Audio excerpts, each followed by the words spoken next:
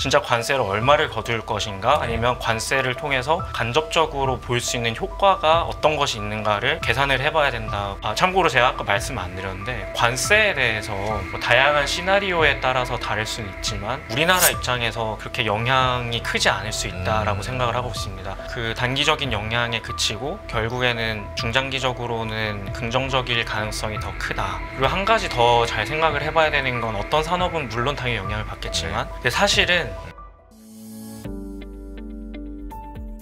가장 화두가 되고 있는 네일리스의 미국의 상호 관세 부과, 여기에 대한 대응 전략을 좀 어떻게 짜고 계신지 한 말씀 듣고 시작을 해볼까요? 저는 기본적으로 관세를 봄에 있어서 관세는 코끼리의 코와 같다. 그래서 단순히 관세만 바라보게 되면 제대로 된 대응 전략을 짜기가 힘들지 않나. 왜냐면 너무 뭐 코끼리의 코가 막 너무 왔다 갔다 하잖아요. 근데 그 코끼리가 코를 왜 휘두르는지를 알아야 되는데 결국에는 그냥 움직임만 보다 보면 왜 휘두르는지를 알 수가 없기 때문에 대처를 할 수가 없다라고 생각을 하고 있습니다. 여기에서 코끼리는 누구냐? 결국에는 트럼프 행정부인데요. 왜 트럼프 행정부가 관세를 휘두르고 있는지를 좀 저희가 살펴보는 게 대응 전략을 짬에 있어서 굉장히 핵심적인 요인이 될 거라고 생각하고 있습니다. 어떤 좀 그 목적을 가지고서 휘두른다고 저희가 좀 해석을 해야 될까요? 트럼프 지향은? 우선은 저는 기본적으로 마가라는 것 자체가 관세를 휘두르는 아주 큰 중요한 배경이라고 생각을 하는데요. Make America Great Again이라는 얘기는 역설적으로 지금 미국이 great하지만은 않다라는 것을 역설적으로 드러내주는 캐치프레이즈라고 생각을 하는데요.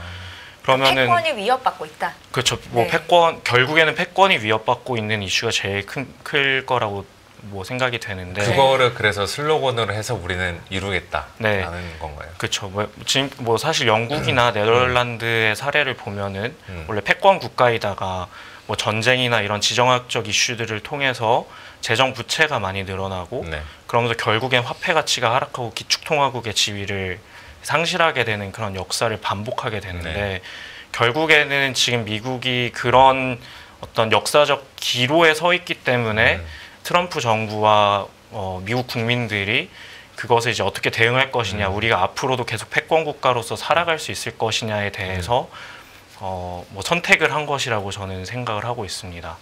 구체적으로 보면은 이제 결국에는 한 국가가 패권을 유지하기 위해서는 뭐 국가의 경쟁력, 뭐 국방력이라든지 산업의 경쟁력이 있을 거고요.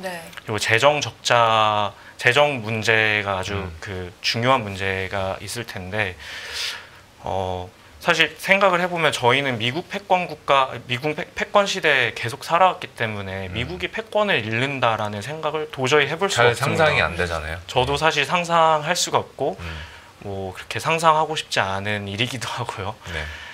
근데 그러면은 아까 제가 말씀드렸던 그 세 가지 중에 뭐 살펴보면 국방력이 과연 뭐 떨어지느냐 생각을 해보면 러시아 우크라이나 전쟁을 통해서 저는 오히려 전 세계에 있는 국가들이 어쩌면 진정한 의미의 현대전을 할 수 있는 건 미국밖에 없겠구나 라는 것을 확인했다고 생각을 하고요.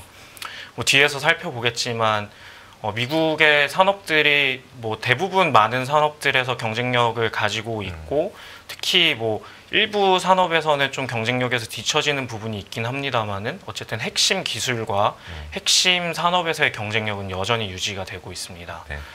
그렇다면 가장 큰 문제는 재정 적자 문제일 거라고 생각이 됩니다. 결국에는 재정 적자가 지금 보시면 2차 세계대전 이후로 꾸준히 우하향을 하다가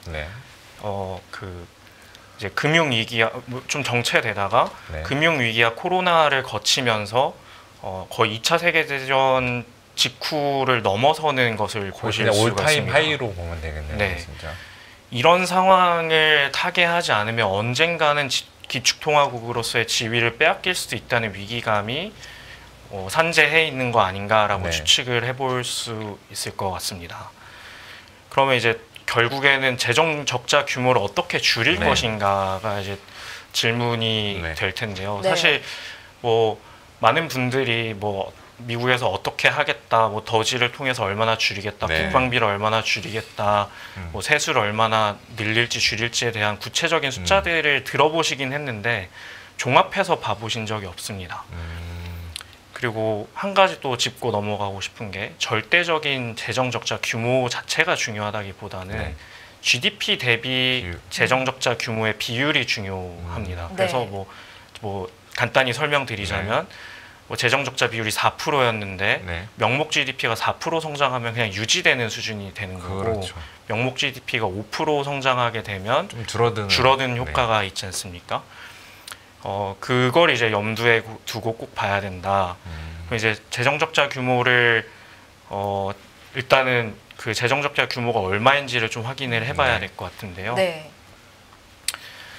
저희가 작년 그 미국 정부 수입이 4.9조에 정부 지출이 6.75조였습니다. 그래서 1.8조의 재정 적자를 기록을 했고 작년 미국의 그 GDP가 30조였기 때문에 네. 대략 마이너스 6.1% 정도의 재정 적자 규모를 기록했다고 보시면 될 것 같고요.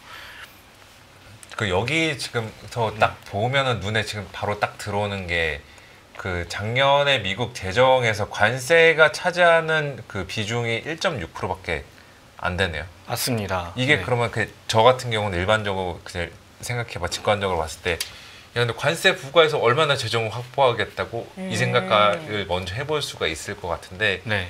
그럼 어떤 쪽으로 저희가 이걸 바라봐야 되나요? 관세를?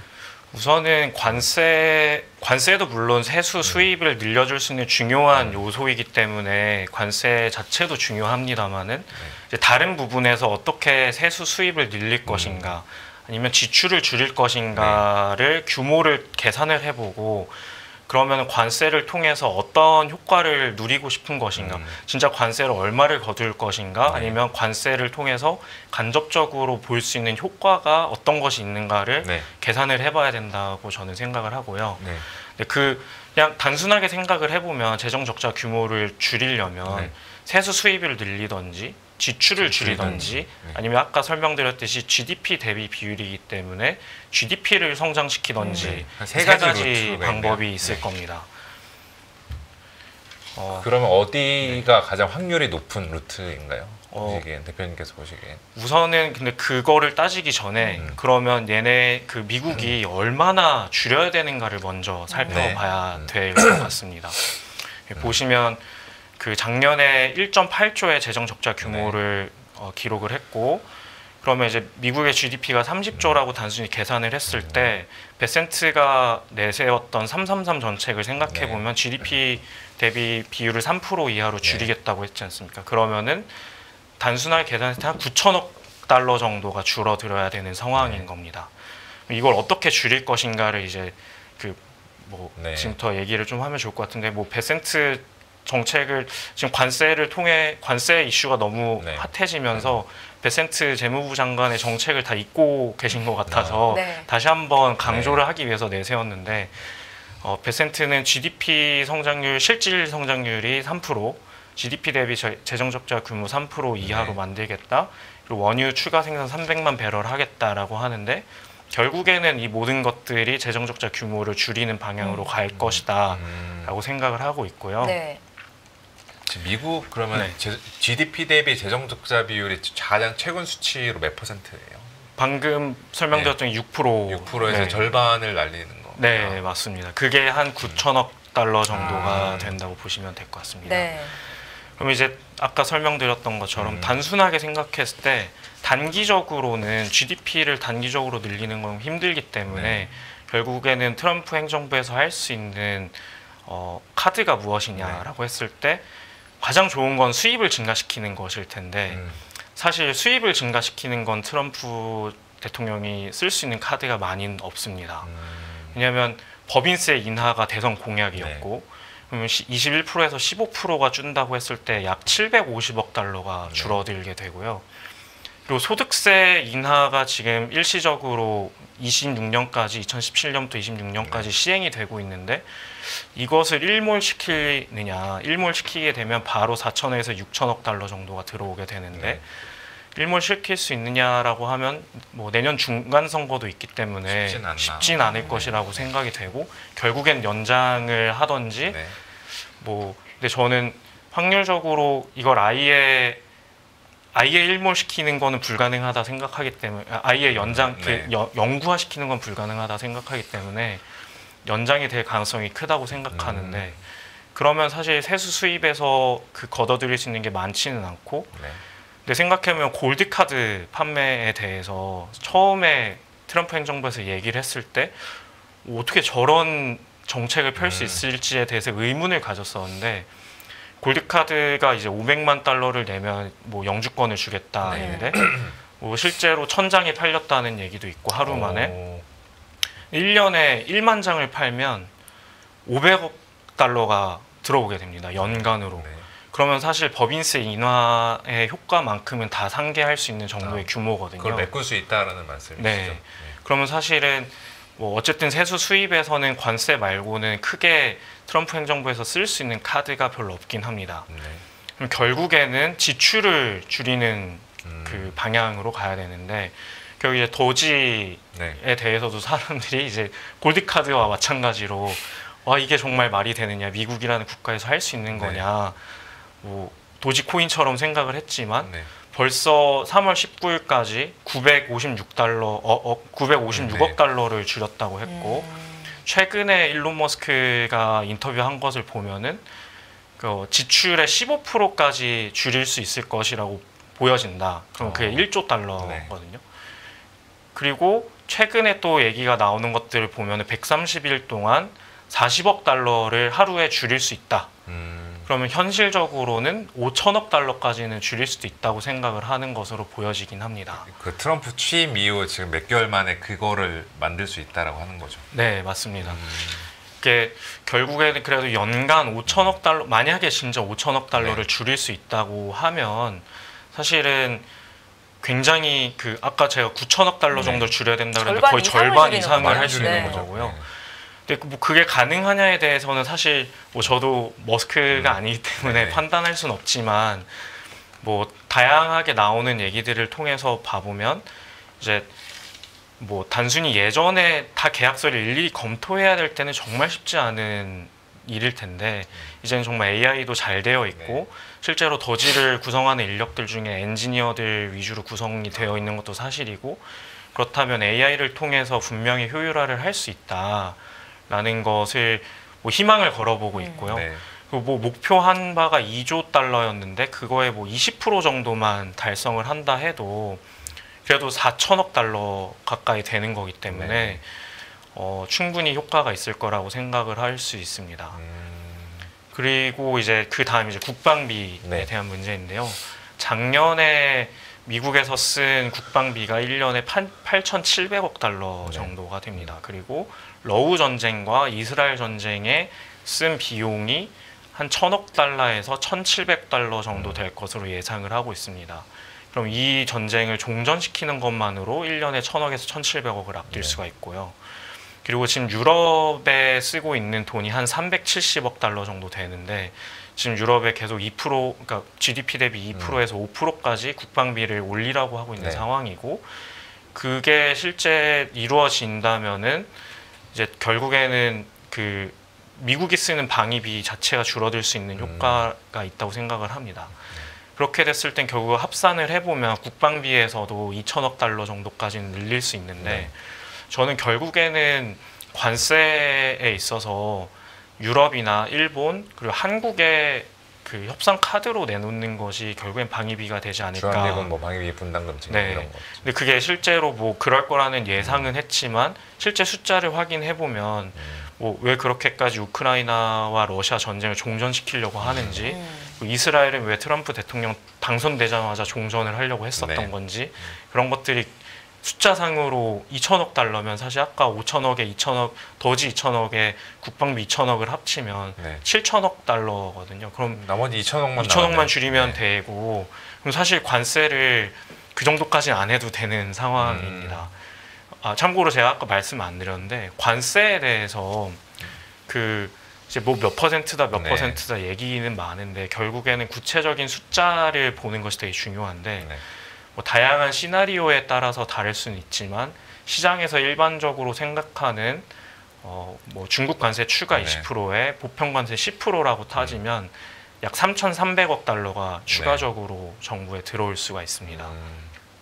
그럼 이렇게 됐을 때는 아까 말씀드렸던 것보다 훨씬 더 많은 성과를 보일 수 있게 네. 되는 거긴 하거든요. 뭐 그런 것들을 이제 계산해봐야 되지 않나라는 생각입니다.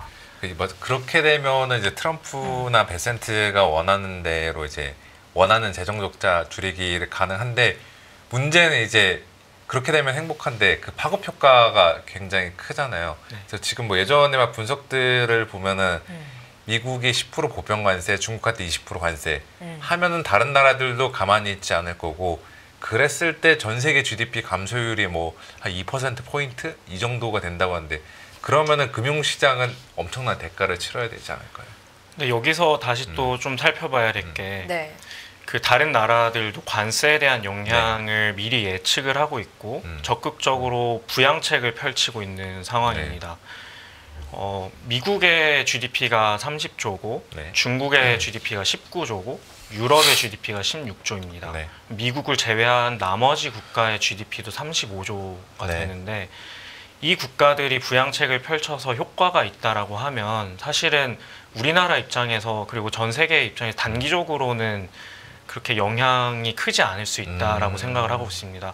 관세라는 것을 아예 모르고 있다가 갑자기 관세를 매기게 되면 물론 충격이 있을 수밖에 없습니다.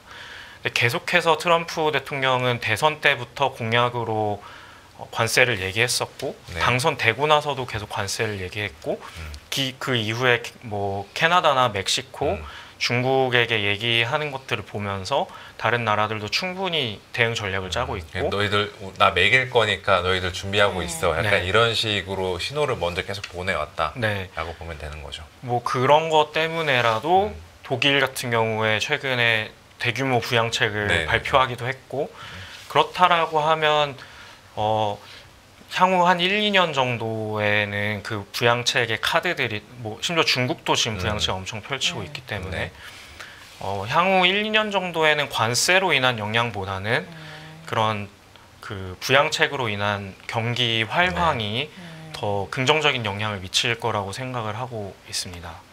1, 2년 동안의 금융시장에 후폭풍이 있을 수는 있는 거잖아요. 뭐 있을 수 있겠죠. 예, 그거를 좀 감당해낼 수가 있을까? 여기에 대한 의문도 드는데. 뭐 결국엔 국가마다 다르긴 할 텐데요. 네. 어쨌든 정부에서 부양책을 펼친다는 건 뭐 유동성 자체가 늘어나는 시그널이기도 하고 네. 미국 FOMC에서도 지금 QT 감속을 하고 있는 중이고 뭐 금리가 이제 올라가는 방향보다 내려가는 방향이길 가능성이 크기 때문에 네.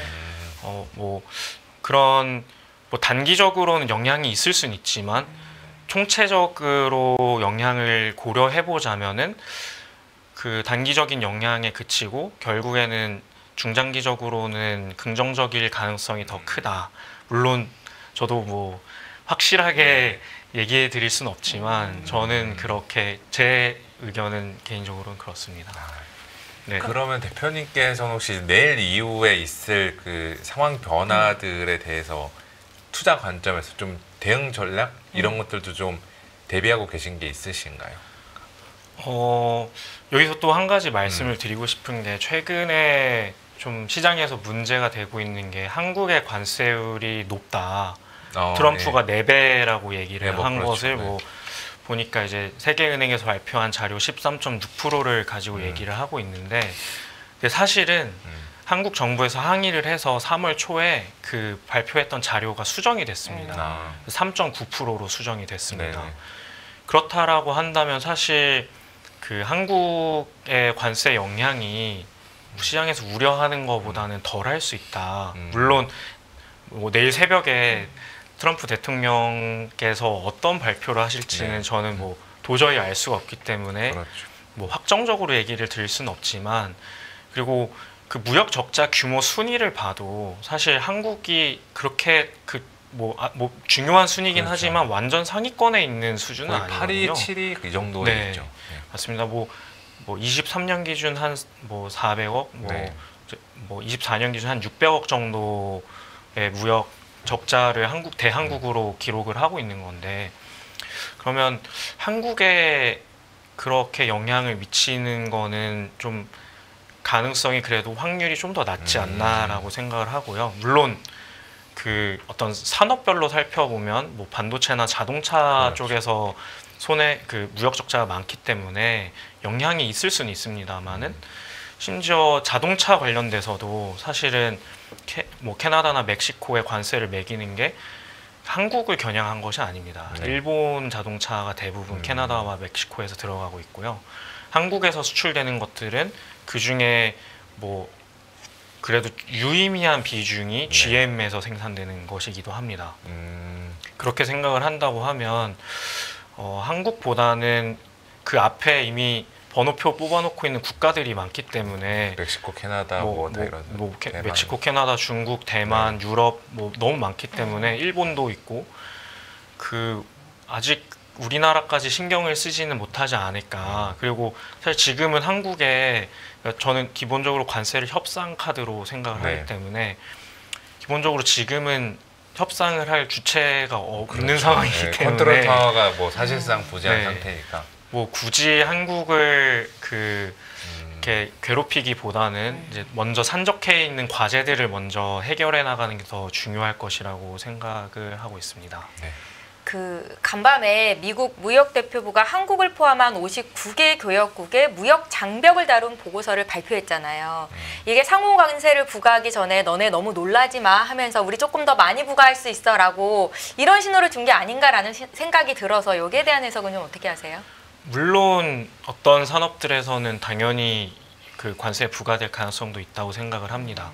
하지만 최근에 생각을 해보면, 네. 그러니까 아까 얘기 나누던 것들 중에 GDP 얘기를 하지 않았는데, 네. 결국에는 관세를 활용해서 장기적으로는 그 장기적인 GDP 성장을 이끌기 위한 투자를 이끌어낼 가능성이 크다고 생각을 합니다. 네.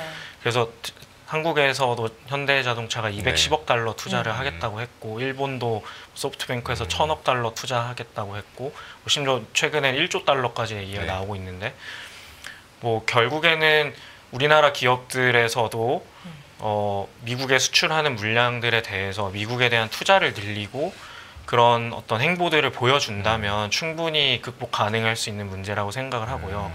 그리고 한 가지 더 잘 생각을 해봐야 되는 건, 어떤 산업은 물론 당연히 영향을 받겠지만 또 트럼프 행정부에서 아주 중요하게 생각하는 문제 중에 하나가 물가입니다. 네. 물가를 낮추겠다고 계속 얘기를 하고 있고, 근데 물가를 자신의 국가의 물가를 올리는 어떤 소비재나 이런 물가를 올리는 행위, 그런 산업에 있어서는 좀 관세 영향이 비교적 제한적일 가능성이 크지 않을까라는 생각을 하고요.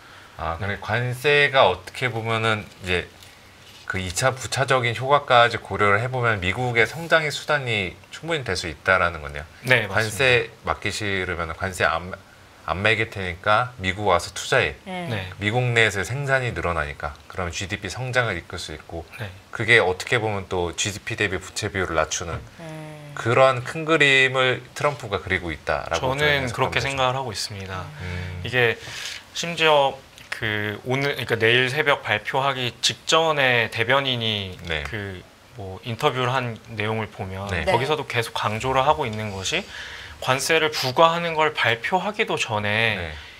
너무 많은 기업들이 자국 내 투자를 진행하고 있다, 네네. 확정짓고 있다, 이 내용을 계속 강조하거든요. 네네.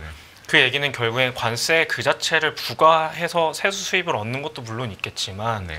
그거보다는 부차적으로 뭐 국방비를 줄인다든지 자국 내 투자를 유치해서 그 GDP 내에서도 민간 소비, 민간 투자, 뭐 순수출, 정부 지출, 네, 그럼 맞습니다. 민간 투자를 늘리는 방향, 민간 투자를 늘림으로 인해서 자체적인 뭐 제조업의 경쟁력이라든지 그런 부분을 성장을 시켜서 전반적으로 아예 소비도 성장시킬 수 있는, 잠재력을 끌어올릴 수 있는 카드로 활용할 가능성이 크다고 생각합니다. 네, 알겠습니다. 그렇다면 조금은 긍정적인 뷰를 갖고 계신 거잖아요. 인베스트 위드는 앞으로 남은 시간 동안, 올해 남은 시간 동안 어떤 섹터를 그럼 조금 더 유망하게 보시는지 의견을 주실 수 있으실까요?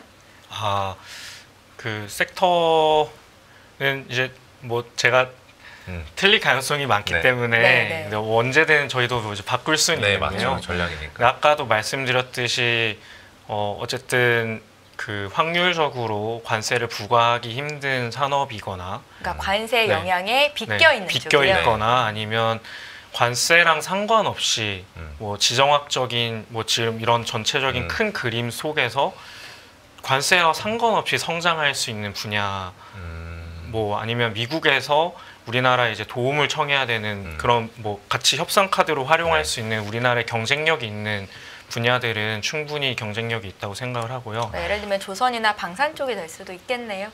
뭐 그럴 가능성도 있다고 생각을 하고 있습니다. 근데 뭐 결국에 이걸 봄에 있어서 그리고 어쨌든 중국하고의 경쟁력을 따져봐야 되는데 네. 왜냐하면 그 최대 무역 적자를 기록하고 있는 게 중국이기 때문에 어쨌든 중국하고의 패권 전쟁에서 중국하고 계속 경쟁을 해나갈 텐데 우리나라가 중국보다 경쟁력에서 앞서 있고 어쨌든 필수적인 업종이라고 한다면 결국엔 우리나라에서도 그 관세 영향을 비껴가서 충분히 투자할 만한 업종이 많다고 생각하고 있습니다. 그 비껴갈 만한 업종 좀 그 딱 몇 가지 있을까 대표적으로 뭐 종목은 아니지만 이제 업종 같은 경우는 어떤 게 있을까 저희가 좀 아이디어를 참고하기 위해서. 참고로 뭐 저도 이제 네. 신이 아니기 때문에 네. 예상을 하긴 힘든데 뭐 예를 들면 화장품 섹터 같은 경우에는 아직 중국하고 우리나라의 경쟁력에 있어서 굉장히 우리나라 앞서고 있는 게 사실이고요. 그리고 뭐 확신할 수는 없지만 미국 내에서의 소비재를 담당하고 있기 때문에 네. 뭐 그거에 대한 관세를 부과하는 조치보다는 물가를 낮추기 위한 정책이 좀 더 위에 네. 있을 거라고 생각을 하고 있고요. 뭐 다른 산업에서도 아까 말씀하셨던 산업들도 충분히 경쟁력이 있다고 생각을 하고 있습니다.